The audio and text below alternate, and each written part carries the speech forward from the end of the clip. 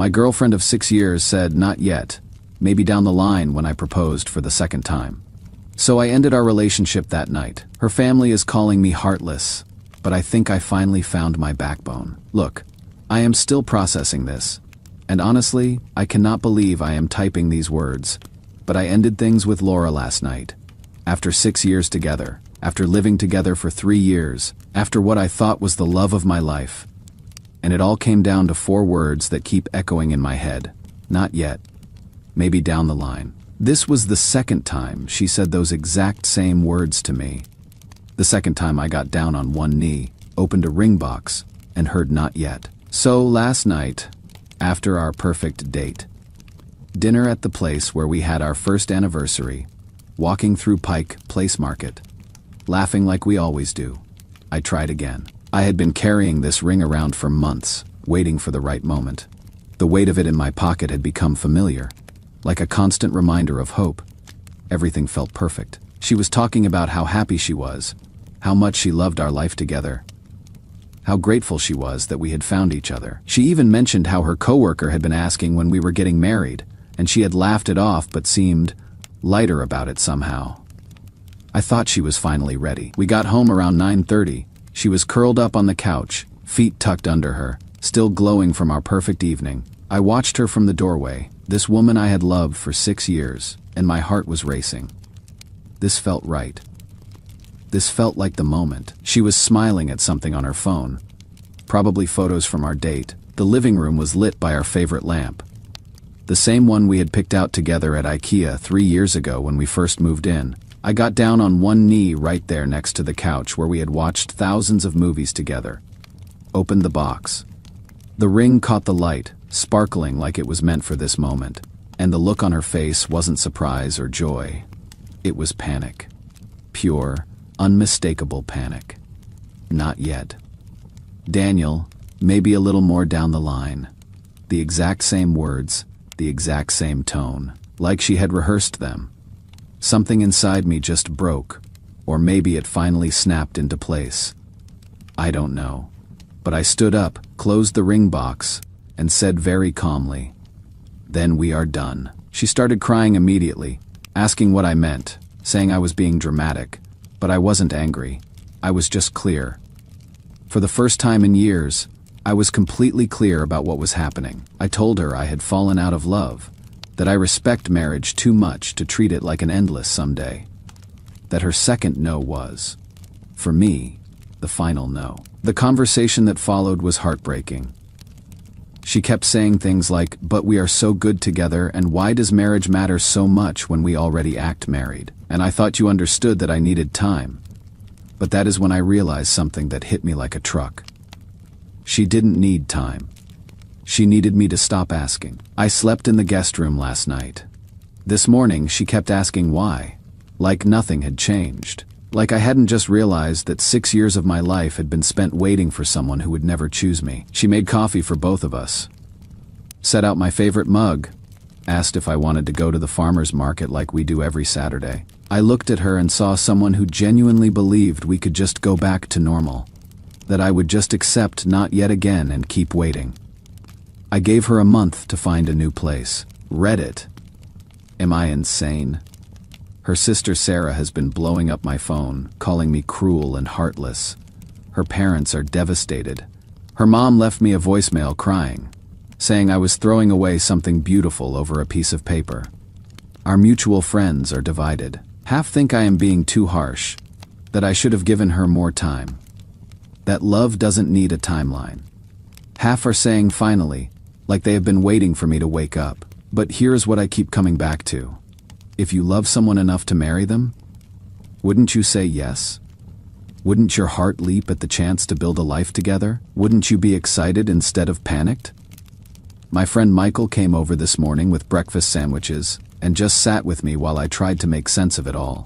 He didn't say much, just listened. But at one point he said, "Dan, you know what the difference is between someone who wants to marry you and someone who doesn't? The person who wants to marry you says yes. That simple, that obvious. And I had been too in love to see it." Update 1. First off, to everyone who said red flag that she said no twice, You are absolutely right. But let me explain how I became the kind of man who would propose twice to someone who clearly didn't want to marry him. Because trust me, past me would have judged present me too. The first proposal was 18 months ago. We had been together 4.5 years, and I thought wrong about everything. It was during our Colorado vacation with her family. Big extended family trip with parents, siblings, cousins, the whole crew. Laura's family does this big reunion every summer, and I had been going for 3 years by then. They treated me like family, always included me in everything, asked my opinion on family decisions. I felt like I belonged. I had been planning the proposal for months, asked her dad for permission during a hiking trip we took together in March. He cried when I asked, said yes immediately, told me he had been hoping I would ask soon, had the ring custom made by a jeweler in downtown Seattle who Laura had admired once when we were walking by, coordinated with the restaurant at the resort for the perfect setup. Picture this. Mountain sunset, fairy lights they would strung up just for us. Everyone she loved gathered around. I got down on one knee in front of literally 20 people who all expected her to say yes. Her cousin had even brought a camera to capture the moment. She froze. Just completely froze. For what felt like hours but was probably 30 seconds. Her face went white, and I watched all the joy drain out of her eyes. Then she whispered, "Not yet. Maybe down the line." The silence at that table. Guys, I wanted to disappear. Her mom started crying, but not happy tears. Her dad looked like someone had died. Her teenage niece actually said, "What?" out loud before her mom shushed her. I felt like a complete fool standing there with this ring box open. Everyone staring at us. I somehow managed to close the box, give her a hug, and tell everyone we had talk about it later. But the rest of the vacation was torture. Family members kept approaching me privately, asking if everything was okay, if they could help somehow. Her aunt pulled me aside and said, "She is probably just overwhelmed. Dear, give her time." But here is where I made my first mistake. I believed her when she pulled me aside that night and explained. We went for a walk around the resort, just the two of us, and she cried and apologized, and explained that she wasn't ready yet, but she would be. She said she needed her career to stabilize. She had just gotten promoted to senior marketing director and was traveling constantly. She said she needed to feel more financially secure. We were splitting everything 50-50, but she made less than me and was still paying off student loans. She said she needed the timing to be perfect. "I want to marry you," she said, holding my hands and looking me straight in the eyes. "I love you more than anything. I just need a little more time to feel ready. Can you give me that?" And like an idiot, I said okay. Reading your comments, I realize how many red flags I ignored. When someone shows you who they are, believe them the first time. That comment hit hard because it is so obvious in hindsight. So I waited, and slowly started to feel hopeful again when she began dropping hints about weddings. She had point out dresses in magazines and say things like that, "Is gorgeous. What do you think?" She had talked about how she wanted her dad to walk her down the aisle someday. She would joke about our future kids having my stubborn streak and her organizational skills. My friend Michael kept warning me. We would be out for beers and he would say, "Dude, if she wanted to marry you, she would have said yes the first time." But I didn't want to hear it. I was so deep in this situation that I couldn't see clearly anymore.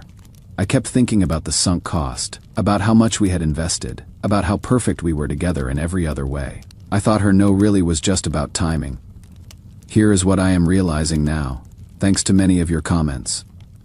She was dropping wedding hints because she thought that is what I needed to stay, not because she actually wanted to get married.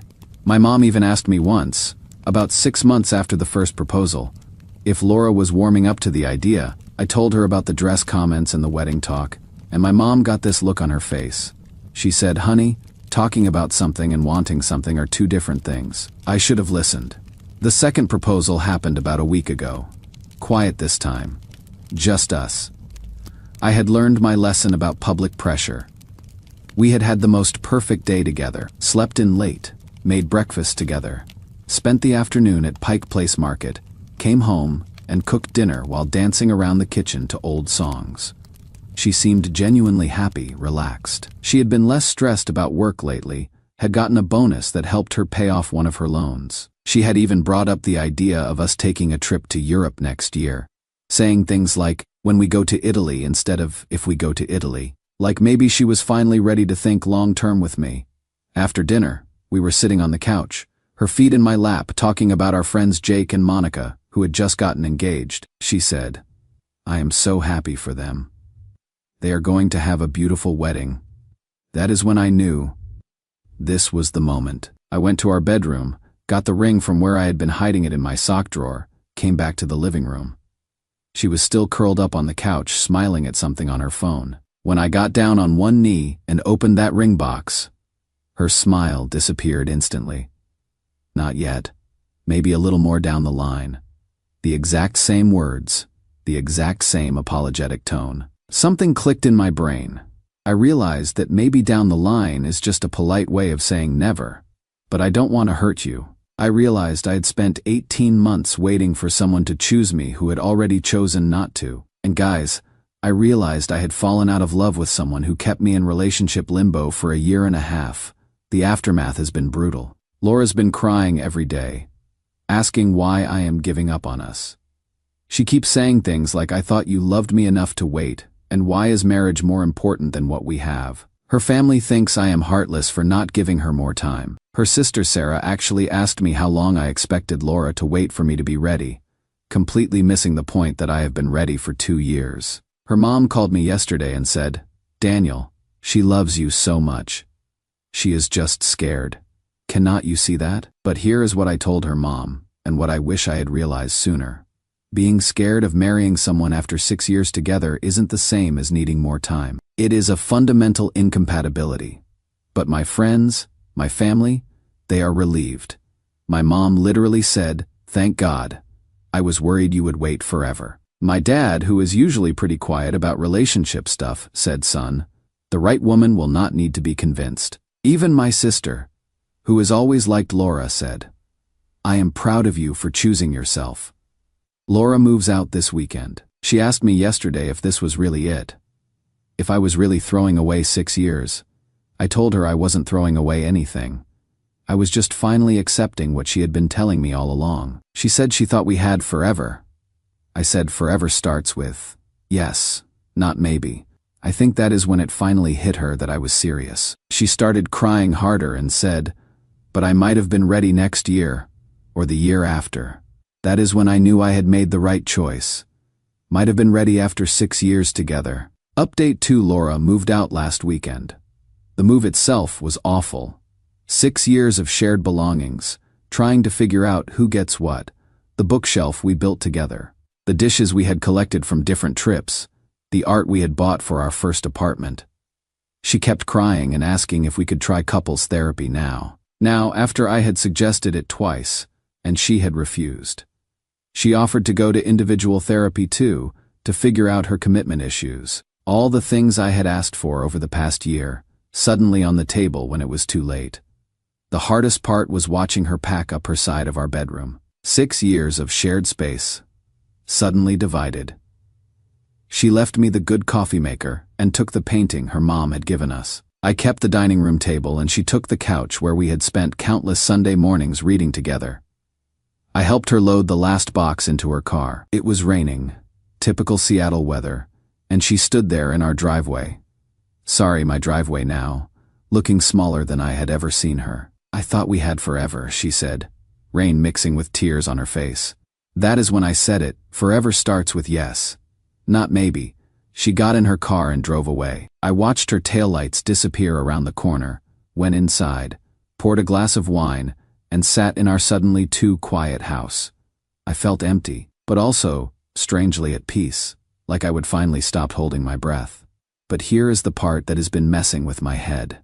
3 days after she moved out, her sister Sarah called me. Sarah and I had always gotten along well. She is Laura's older sister, married with 2 kids, very practical and straightforward. Laura always said Sarah was the sensible one in their family. Sarah apologized for her harsh texts initially. She said she had reacted defensively to protect Laura, then realized I deserved to know the truth. She was angry, not at me, but at Laura. She said she couldn't watch me get attacked by their family when I deserved to know what was really going on. "The truth, Daniel," she said. "Laura never wanted to get married. Not to you, not to anyone. She is terrified of marriage. Always has been." I felt like I had been punched in the stomach. I had to sit down. Sarah continued. "Do you remember when our cousin Emma got divorced 3 years ago? Laura was obsessed with that divorce. She kept talking about how Emma had lost herself in marriage, how she had given up her independence. Laura has always seen marriage as a trap. 6 years. Read it. 6 years with someone who fundamentally viewed marriage as something to be avoided, not celebrated. But it gets worse. Sarah told me that after the first proposal, Laura had called her crying. Not because she was overwhelmed or needed time, but because she was panicked that I had proposed at all. She only started dropping those wedding hints because she panicked after Colorado, Sarah said. She thought if she talked about marriage enough, you would think she was warming up to the idea and stop pressuring her.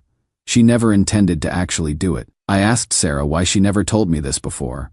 Why she would initially attack me when I ended things. "Because I kept hoping Laura would figure it out," she said. "I kept hoping she would either realize she actually did want to marry you, or that she would be honest about not wanting it. And honestly, when you first broke up with her, I reacted like a protective sister. I didn't think about how unfair that was to you, knowing what I knew. But then Sarah told me something that made me feel sick. After the second proposal, Laura had admitted something to her. I kept saying, 'Not yet,' because I hoped he would eventually stop asking and just be happy with how things were. She hoped I had just stopped wanting marriage, stop wanting the thing that meant everything to me. And here is the part that actually made me feel sick. Laura told Sarah she thought she could string me along indefinitely because I was too loyal to leave. Too loyal to leave. She literally counted on me being too loyal to respect myself. I don't think I have ever felt this betrayed. Not just by the marriage thing, but by the calculated deception. She knew what she was doing. She knew she was wasting my time. Sarah apologized for not telling me sooner. She said she felt terrible watching me get hope after each wedding hint Laura dropped, knowing it was all performance. "You deserve someone who doesn't need to be convinced to marry you," Sarah said. "You deserve someone who says yes because they cannot imagine life without you officially." I asked her if Laura had ever actually loved me, or if our entire relationship had been some kind of elaborate placeholder situation. "She loved you," Sarah said, "but she loved the security of having you more than she loved the idea of building a future with you. There is a difference." That hit hard because it explained so much. Laura loved our routine, our shared life, the comfort of coupledom. But she didn't love the idea of legally, permanently binding herself to me. The worst part. Our mutual friends are still divided. Some think I was selfish for having a timeline on love.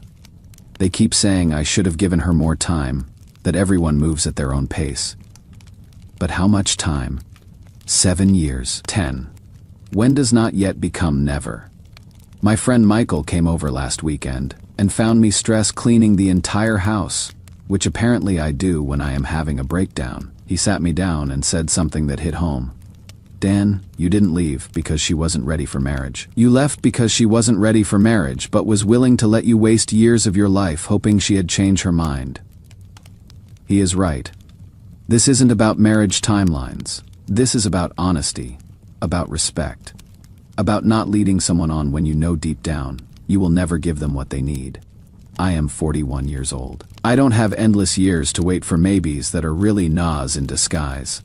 Laura texted me yesterday asking if we could meet for coffee and talk things through. Her text said, "I know I messed up, but I am willing to compromise now.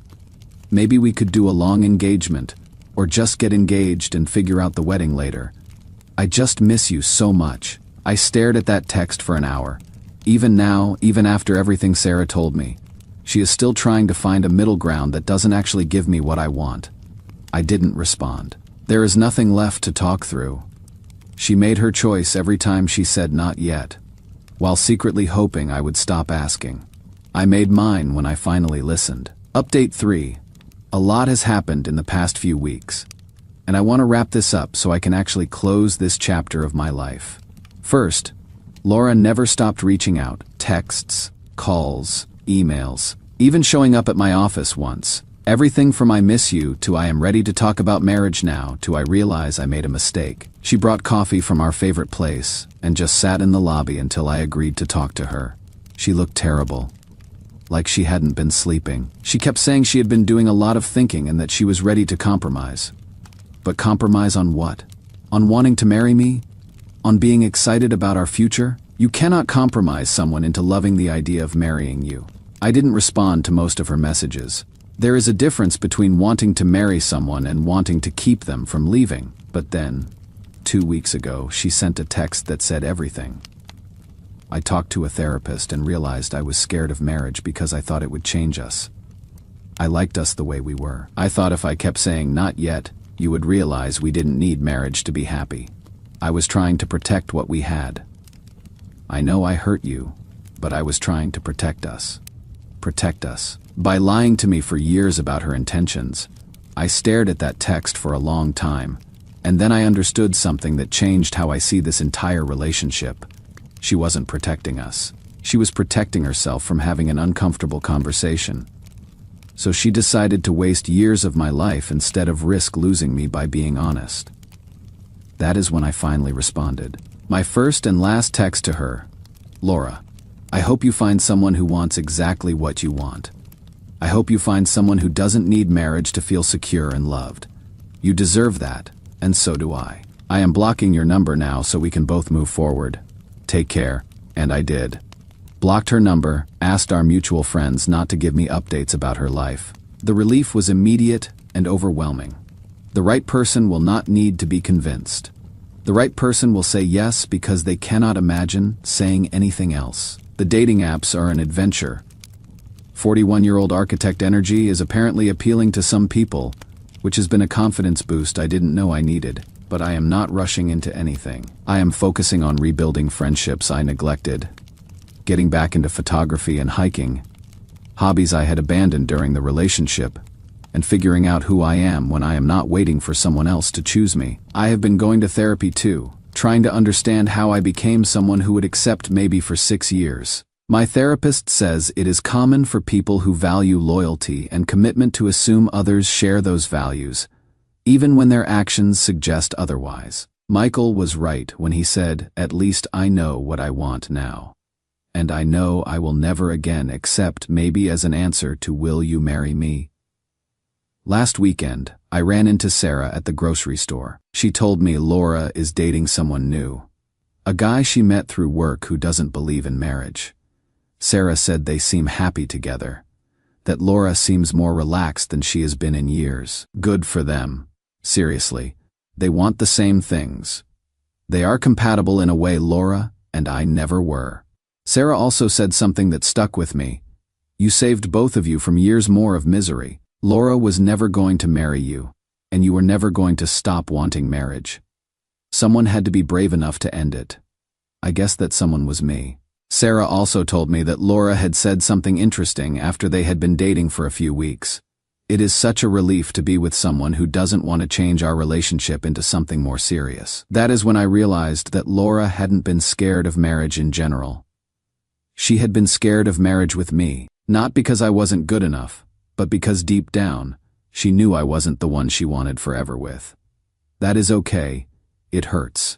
But it is okay. Better to know than to keep pretending. 3 months ago, I thought my life was ending when Laura said not yet for the second time. Now I realize it was finally beginning. I am done waiting for maybes. The right woman will say yes. And when she does, it will be because she cannot imagine saying anything else. Sometimes the person you love most isn't the person you should be with. Sometimes walking away is the kindest thing you can do for both of you.